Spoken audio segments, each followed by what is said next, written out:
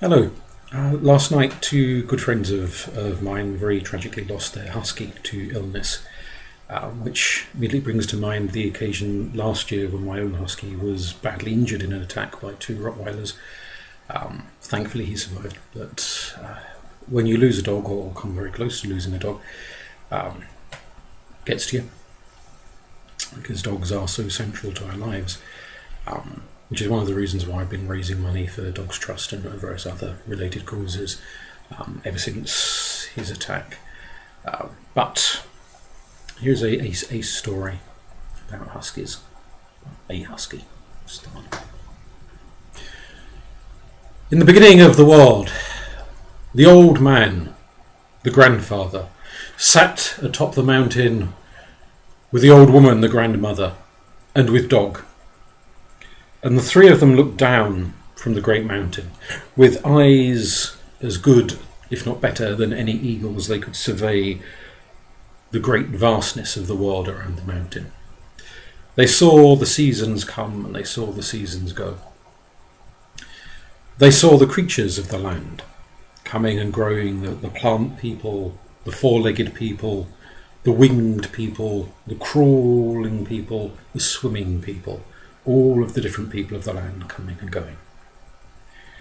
And the one that amused them the most were the strange two-legged people, the humans, who had very strange ways.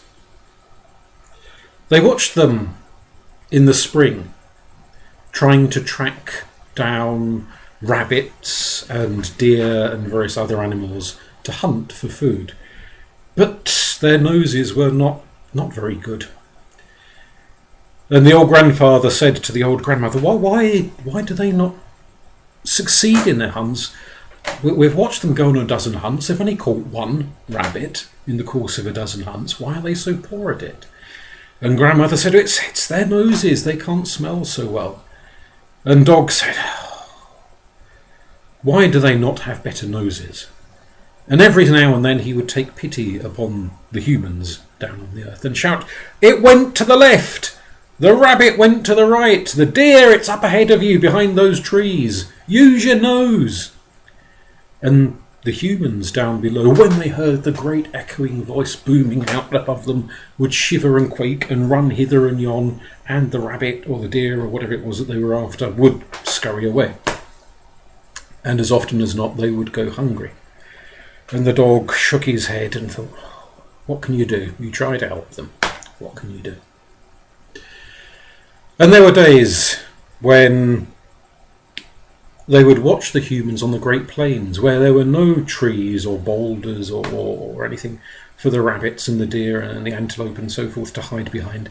And they would see that the humans could see their prey, could see the animals that they were hunting, but groups of them, they'd go this way and then they'd go that way and then they'd go here and then they'd go there, and they were making such an appalling job of hunting down the animals that they wanted to eat that 9 times out of 10 the prey would get away. And grandmother would say to grandfather, do they not learn from their mistakes? Why are they such poor hunters? Look at them. And grandfather would say, I don't know. If only they had the brains they were born with, they could hunt in pincer movements. They could hunt this way, they could hunt that way. And dog shook his head and shouted out, go left, go right, form a pincer, do this, do that. He would give instructions on how to hunt properly. And the humans, hearing the great booming voice of dog coming down from the sky above them, would scream and gibber and run this way and run that way in a state of absolute panic. And their dinner would escape them again and again and again, and the humans, well, they grew weaker and weaker and hungrier, and some of them began to die off from starvation. And suddenly, as amusing as their antics were, grandfather and grandmother and dog, well, seeing them die, seeing them suffer, seeing them crying out in hunger was no longer funny. And the seasons rolled on. And the snows began to fall, as the snows always will, and they grew deeper and deeper and deeper. For in the regions around the mountains, the snows could reach very, very great depths indeed. And the humans would shiver and shake and they would stagger through the snows trying to hunt, trying to find food, trying to find berries, trying to find anything at all to eat, plant or animal. And they would get lost in the snows because, of course, when the snows fall, they cover up the landscape features. And if you can't see particular boulders or particular rivers or things to mark your direction with, then when you're in the middle of the snows, left and right and north and south, well, they all seem very similar to each other. And grandfather watched them wandering often miles from their encampments, and would say to grandmother, why can't they find their way home? Why don't they just follow their own footprints in the snow? And grandmother would say, I don't know. What can you do with creatures like this? It's a wonder there's any of them left at all. And sometimes they would see these humans get so lost that they would just collapse with the cold and freeze to death in the snows, often not realising they were about half a mile from home and safety and the warmth of the little skin tents that they had built for themselves with the very few animals that they'd managed to capture in their hunts. And Dog would roll his eyes and call out, "You need to follow your footprints. Turn back, go that way, go this way." And the humans, hearing the voice booming from the sky, would shiver and shake and scream and gibber and cry, and they would run in every direction but the direction that they needed to go in. Until, at length, there were only a small number of humans left. And grandmother said to grandfather, I don't think these things will survive at all. I'm sure come spring there won't be one of them left. We've seen other creatures come and we've seen other creatures go, and these poor things, they give us so much amusement with their funny ways, but it's sad to think that through their own stupidity, their poor smell, their poor eyesight, their poor hearing, their poor everything else, it's like watching two-legged moles blundering around, really it is. It's sad to think that they won't be here. And the old grandfather, the old man of the mountain, nodded and said, it is very sad to think that they won't be here come spring. What will we laugh at then? What will we have to amuse ourselves with? How will we find entertainment then? And Dog said, I would call down to them and tell them what to do, but you see, every time I've shouted out to them, they scream, they gibber, they cry, they run here, they run there, they panic. I don't know what they think it is that I'm saying to them, but they pay no heed whatsoever to the words. And you see, back then, humans and dogs spoke the same language, so it wasn't that they couldn't understand what the dog was saying. It was just that they were terrified at this voice booming from the skies, from far above them, echoing vastly across the land. When they couldn't see what was talking to them, they fell into a state of terror. Dog said to grandfather and grandmother, I think there is but one thing to do. I must go down the mountain. I must go down and talk to them and be with them in person. And show them how to hunt, how to find their way home, how to keep warm in winter. And grandmother said, if you go down the mountain, well, the longer you are away from us up here, your powers of speech will dwindle and dwindle and dwindle. It is only being up here with us that you are able to speak as you do. And Dog said, well, hopefully they will be fast learners. And grandfather laughed. Grandmother shook her head and looked at Dog as if to say, you know perfectly well they won't be. Well, said Dog, even if they are slow learners, I will find other ways to speak to them. Even if I lose the power of voice, I will find other ways to speak. For there are more ways of communicating than just through voice alone. And grandmother wept and grandfather wept, for Dog had been with them since time immemorial, since the absolute beginning. Dog had been there as part of the universe, of the way of things. And though they knew they could look down the mountain and see Dog, still it wasn't the same thing as having Dog with them beside them, having the warmth of him huddled up against them, having him rest his head in their lap, being able to stroke his ears, watching his tail wag back and forth. Seeing all of that from a distance wouldn't be the same. And when all three of them had finished weeping, Dog went down the mountain. And a long journey it was, but he got to the base of the mountain just as the winters were whipping up into their very worst period. And there he made his way through the snow with his great enormous paws that were designed for the coldest of weather, and his great thick pelt that was designed for the iciest of blizzards. And he followed the scents until he came to the camp of the humans, where the very few humans that were left were huddled shivering inside their animal skin tents. And Dog called to them from the outside, "I come to aid you. I come to help you. Will you not welcome me in?"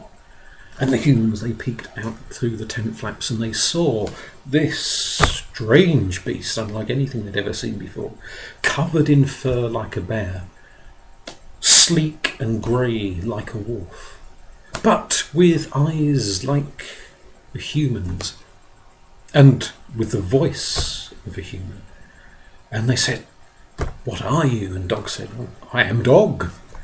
I come to help you. I come from grandfather and grandmother up atop the mountain. I come to teach you the ways of the world, that your number might survive and establish and grow, because grandfather and grandmother wish it." "Is that because grandfather and grandmother love us so much?" said humanity. And Dog said, "Well, yes, let's go with that. It's because they love you so much. Because Dog is nothing if not kind." And so the humans welcomed Dog in, and as he came into their tent with his great fur coat upon them, they sat next to him and they huddled, and the warmth coming off of him was like a furnace, and suddenly they weren't freezing anymore. And they shared a bed in the night, and it was like sleeping under a great furry blanket. And in the morning when they awoke, Dog took them hunting, and he showed them how to follow the tracks of animals through the snow. He showed them hunting techniques to stalk their prey. He showed them ways to leap upon their prey, and he, using his teeth, was able to bring them down in ways that the humans at that point, who had just their fists and their own really rather limited teeth, struggled to do.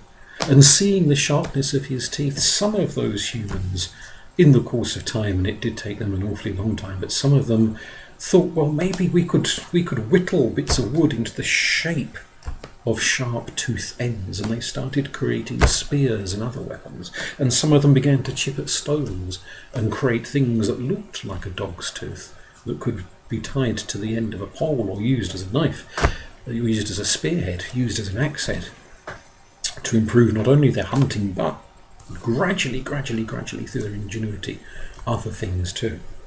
They got there, but as grandmother and grandfather had said, it took them an awfully long time to learn even to imitate the most basic skills that Dog was teaching them. But Dog is very, very patient. And days rolled into weeks, and weeks into months, and months into years, and years into decades, and decades into centuries. And slowly, as the knowledge of humanity increased and increased and increased and grew like grain in a field, so the power of Dog to speak the same language as humanity shrank and shrank and shrank, like an apple left too long upon the branch that shrivels through lack of water and excess of sunlight. Until Dog could woof and go woo, woo, and make all sorts of other strange noises, but he could not speak the language of humans, not at least with his tongue. But he learnt ways to communicate through his eyes, through his tail, through the inclination of his head, through the flapping of his ears. He found 1,001 other means to communicate with humans.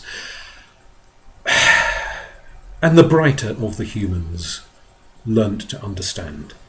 There were still a great many who so short-sighted, have such poor hearing, have such shriveled hearts that they could not understand what Dog was saying to them and dismissed Dog as a stupid brute beast.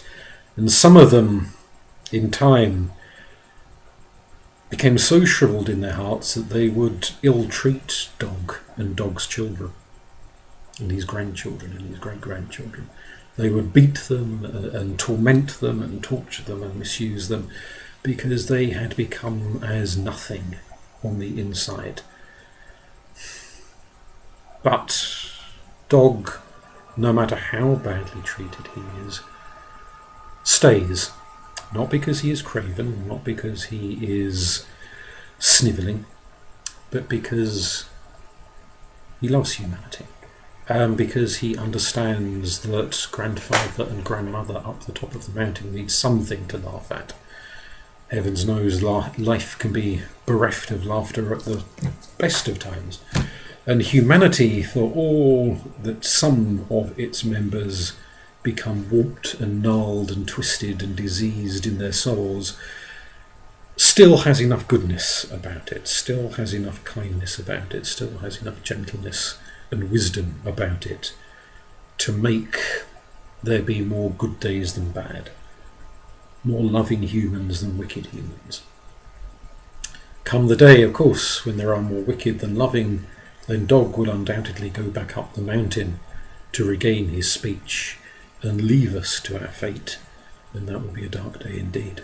And we hope it will never come. For the great husky of the mountains has looked after us, as his many, many, many children have looked after us, for all of these many, many, many thousands of years, and long may he continue to do so.